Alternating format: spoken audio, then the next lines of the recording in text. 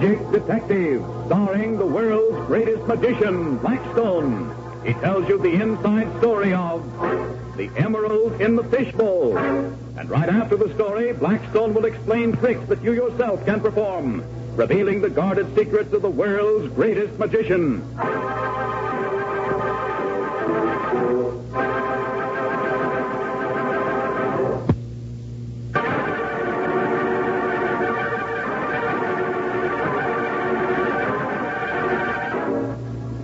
To Blackstone's Magic Studio. It's really a very remarkable place. Everything is so curious and unusual. You include me in that description? Why, hello, Rhoda. Hello. Well, I wouldn't say that you're curious, but you're certainly unusual. Because of the way I appear from Blackstone's cabinet? Well, that's one reason. Then that big fishbowl is unusual, too, because Blackstone produces it out of thin air in every show. Certainly is a large one. How in the world can he manage that? Oh, here's Blackstone now. Maybe he'll tell you. And maybe I won't. No, you'll have to watch the fishbowl trick and figure it out for yourself. It's a bargain, Blackstone, provided you tell us another of your adventures as a magic detective. And tell it right now. Very well. I'll tell you where the fishbowl came from, because that was an adventure in itself.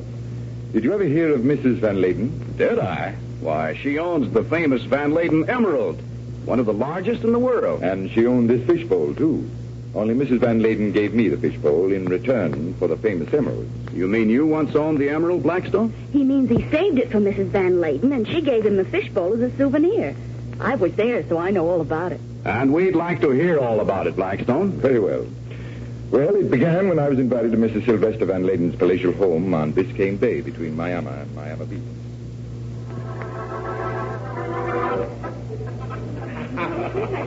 Mr. Blackstone, it's such a pleasure to have you with us. Thank you. Miss Brent. Thank you. I've been all aflutter, Mr. Blackstone, waiting for you to arrive. Something very unexpected has occurred, something very serious. I must have your advice. I shall be glad to give it, Mrs. Van Layden. It's about the famous emerald. You know, the magnificent gem that was a gift to my poor, lamented husband. I've heard about that celebrated emerald. Efforts have been made to steal it. Fortunately, my trusted servants frustrated the attempt. Do you know who tried to steal it? Well, one of the house guests, but which we do not know. Of course, I could not accuse all of them. Of course not. Nor have I had the opportunity to place the emerald in safe deposit.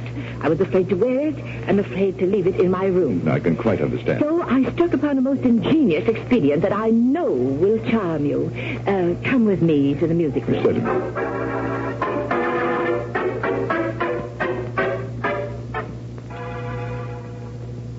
My, what a huge fishbowl. And those goldfish are magnificent. Isn't the little castle artistic? Very.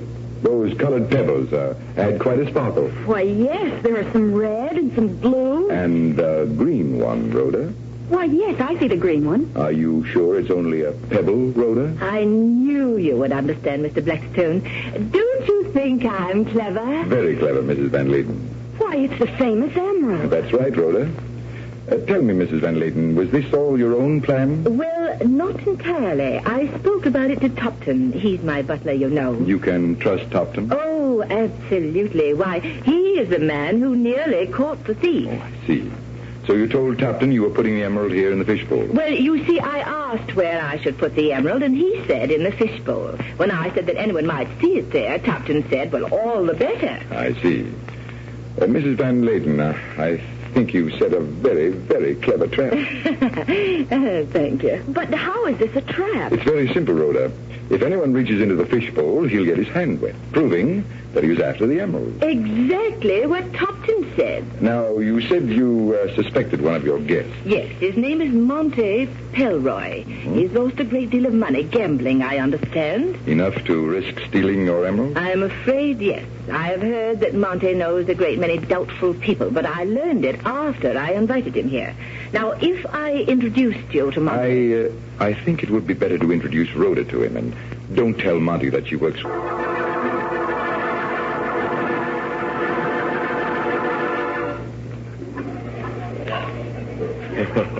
So your name is Rhoda Brent. You may call me Rhoda if you wish. Mine's Monty. Anyway, Rhoda, I like you. Oh, quite a compliment after so short an acquaintance. Well, I mean it for a genuine reason. Different from most of the other guests. Oh, just how do you mean? Oh, most of them are snobs. They're have money to waste and time to waste. Don't you ever waste both, Monty? I have in the past. That's why I regret it. Look at the faces that you see here. Do any of them appeal to you? Why, yes. For instance, there's a very distinguished-looking gentleman talking to Mrs. Van Layden now. Oh, that's Blackstone the magician. He's a special guest this evening. Oh. And I think I know why. You do? Yes. Mrs. Van Layden wants him to protect her precious emerald. Somebody tried to steal it. Why, how terrible. And in my opinion, it was an inside job. Look over in that corner, Rhoda, near the fishbowl. Yes. You see that dapper man? Now, who is he? The butler. His name is Topton. He's watching that fishbowl. And do you know why? I couldn't guess. Because Mrs. Van Layden put her emerald in it, right among the pebbles, so as to fool people. I saw her do it. And does Topton know? I think so. I have a debt to square with that chap. What kind of a debt? A gambling debt. I lost money playing cards with some friends of Mrs. Van Layden. Only they weren't. Weren't what? Weren't her friends. They were crooked gamblers who had learned all about this place from Topton. That's how they posed as respectable people. You're sure Topton told them? Yes. Now listen, Rhoda. Let's take turns watching that fishbowl. We'll stroll over in that direction. All right. The lights! Somebody turned them off! The Blackstone, the emerald! What happened? Oh, Keep out of the fishbowl, Topton! Where are you, Topton? Over here in the corner, madam. Hands off, Topton! Oh, so it's you thief. I handle this. Find that light switch, Rhoda. here's the light switch. Ah!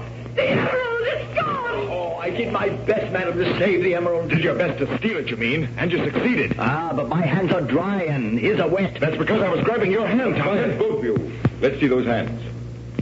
Yes, Topton's are dry. Monty's are wet. Then that clears me, sir. I would suggest that you search Monty Pelroy. One moment, Topton. Why did you turn off those lights?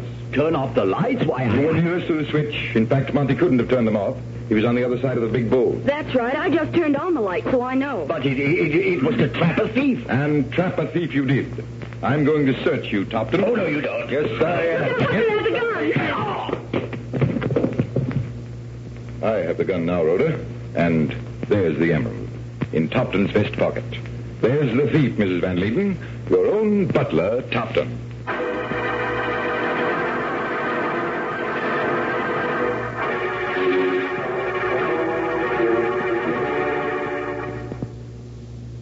But how could Topton have stolen the emerald if his hands were dry? He was merely using an old trick. A trick to keep his hands dry? That's right. And Topton trapped Monty into grabbing for him so Monty's hands would get wet. It made Monty look so dumb that I knew he couldn't be the thief.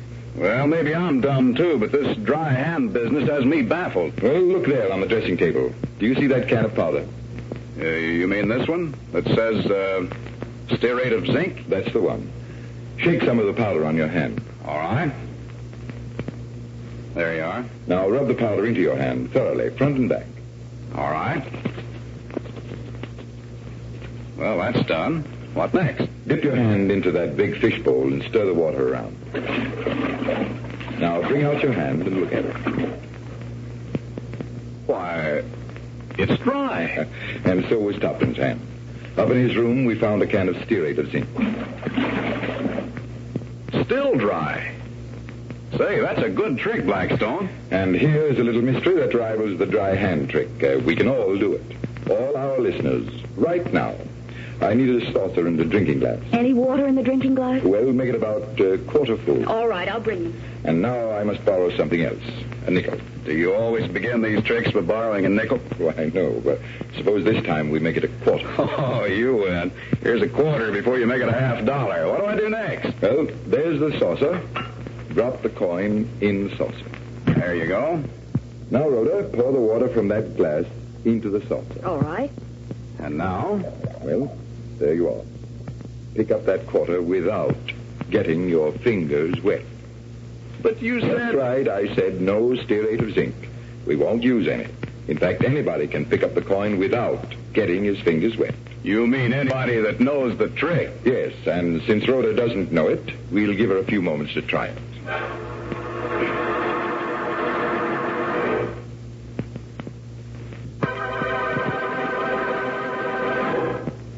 And now, Blackstone, how about the coin in the saucer? Well, it's still there. Rhoda hasn't figured it out yet. Well, now, wait a minute. The coin is in the saucer under a half an inch of water. That's right. And you're to pick up the coin without getting your fingers wet. Can't I pick up the saucer? No, you can't pick up the saucer. All right. Then I give up. And so do I. Let's see you do it, Blackstone. Unless it's impossible. No, it's very possible and very easy. Just take a little piece of paper and hold it over the empty glass. Over the empty glass? That's right. Now, strike a match. Apply it to the paper. Now, drop paper right into the empty glass. There. That's easy. Now, as soon as the paper is burning well, pick up the glass and set it upside down in the saucer of water right beside the coin. All right. There you are. Oh. You saw what happened. Well, I'll say I did. Why, the glass sucked up all the water from the saucer. And there's the coin lying high and dry. Pick it up, Rhoda, without getting your fingers wet. I hope you all enjoyed that trick. And now, until next time, this is Blackstone saying good magic and goodbye.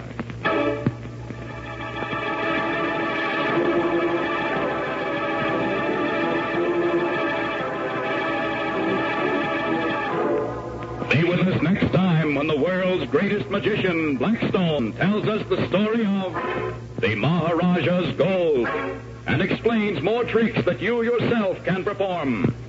Listen in again to Blackstone, the world's greatest magician.